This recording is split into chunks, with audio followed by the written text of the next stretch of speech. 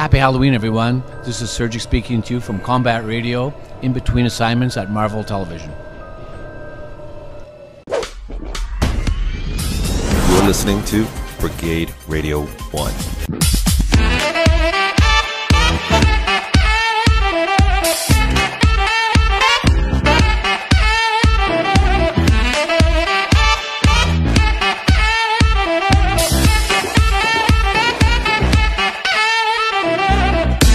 All right, we're back. So there's now sirens in the distance. There was an alarm. Now there's sirens. Oh, it's passing us. See, they don't really actually. Oh, it's a paramedic. Yes, we see him down there. He's now on Riverside. Well, he's going up Woodman, and he's leaving us. So whatever happened wasn't worth his time, apparently. Anyway, Mark Amato is actually. Hey, there's Ronan. Hey, Ronan, how are you? I just want to let you know it was a test. It was a test. Yeah. They were testing to see if anyone was actually listening to this show. The building is still intact. The building is still intact, according to our producer Ronan here. Thank God. One of the greats that actually make Combat Radio what it is.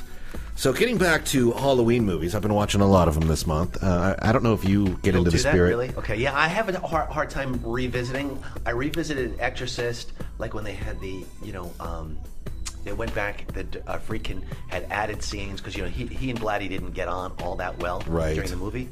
So he's got like a version, and then I got an opportunity to interview Linda Blair and the cinematographer, which was fascinating.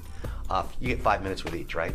Yeah, and it was fascinating. But then it's sort of like, okay, Mark, I've covered the subject, so I don't think I want to go back to The Exorcist again. I don't think there's a need to, like with Halloween. We've done a biopsy on it. For me, I don't. I never get tired of watching some of these movies.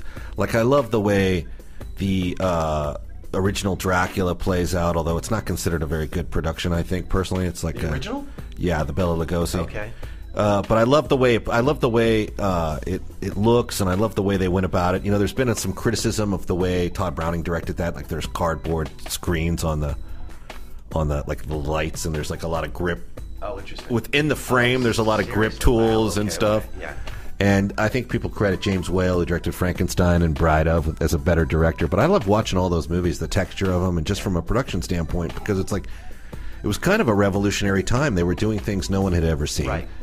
They did it all at Universal, and it was supposed to be Transylvania or wherever the city. Right. And I've been to Transylvania. I went to Vlad's Castle. You saw those pictures on Facebook. Yes, that's right. Now, how was Vlad's Castle? He is actually considered like a master. I don't know if he takes credit. I don't know if he did it, but the master engineer in terms of fortifications. Yes.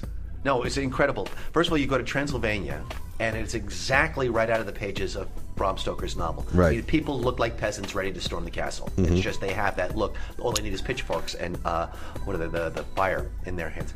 But the castle itself is built on a rock up this hill, so it's looming over Transylvania. Right. And it is a fortress. And you get in there, and it's just sort of like, I don't know how to put it into words, because it's sort of like, this is centuries old. Yeah. I think the 1400s, maybe, something like that. Right. Vlad was actually a Christian. Yeah, and he got his reputation because he was a brutal. Mm-hmm. He would go into battle, and everyone would be impaled. Yeah. Because they vowed Vlad the Impaler. Right, and my understanding is the fortress itself and the fortifications, you can Airbnb it, you can stay. Well, and I was surprised they never shot a movie there. I'm surprised too, and I think they're open to it. It was actually during World War II. I think it was used as a fortress against the Russians. I'm not surprised. I'm not surprised. So it has been. I saw a documentary on it, and it has been refurbished and redone to some degree. Yes. But I heard also, and I don't know if this is true, and it's pretty cryptic if it is, that you can go down to like the torture chamber, where all the Spanish Inquisition-esque types. They had a room there with all the torture. Yeah, you can like have a dinner party in it, or do all these. And I'm sure that is obviously, unfortunately, a sad mark on our society, used quite often. It was very cheap to get in. It was probably like $5, whatever it was. But in Romania, brother, that's a mortgage but then payment. They wanted like an extra whatever it was to go in the torture room. Yeah. And it was not. I had no curiosity to go, okay, look at all this stuff. But they charged more if you wanted to go into the torture chamber. That's crazy. And a lot of people were tortured there. And the art of impaling, honestly, is a lot more severe than people realize. I saw on the same documentary that broke down the engineering on the fortifications and the defensive aspect, they broke down how you actually impale someone. And quite frankly, it takes sometimes days for you to die via that message. Okay.